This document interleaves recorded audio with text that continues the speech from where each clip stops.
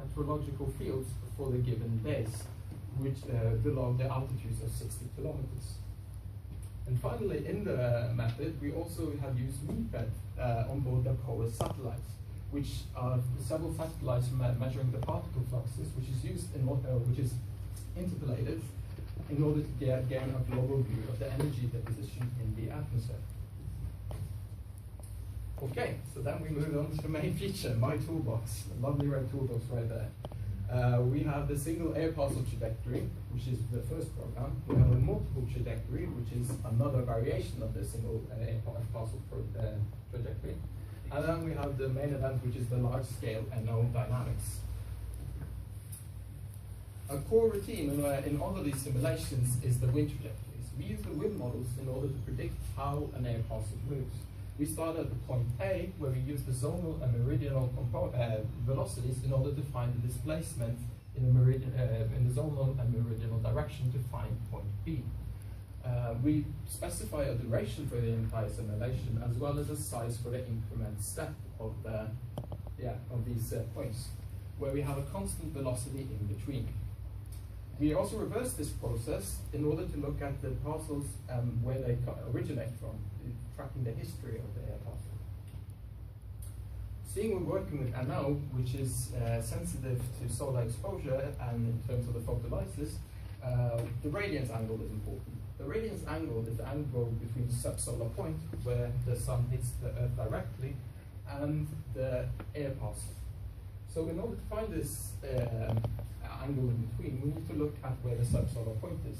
This is done with a routine with astronomical formulas, where we then calculate the radiance angle with the position of the air parcel and the position of the subsolar point.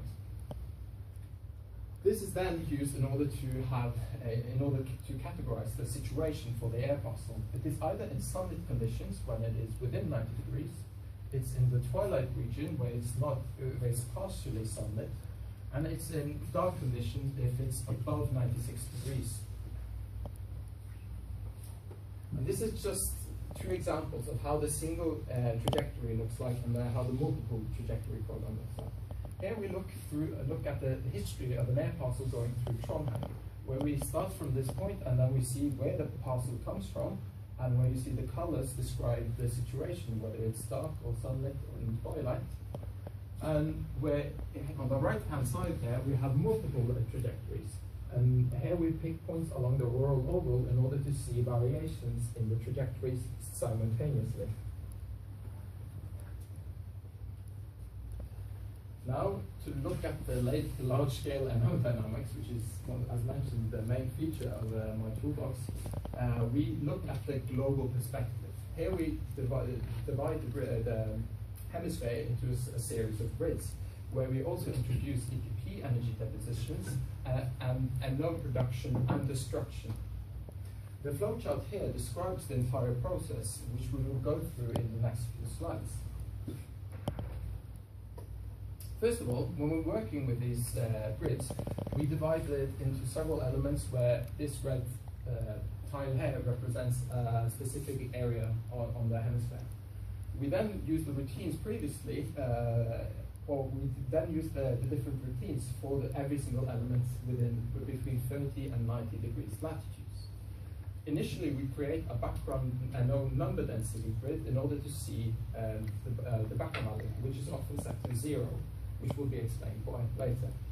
And throughout the remainder of this iteration, we also look at other matrices which are created and which also interact with one another. Following the initial grid, we create a grid for the energy.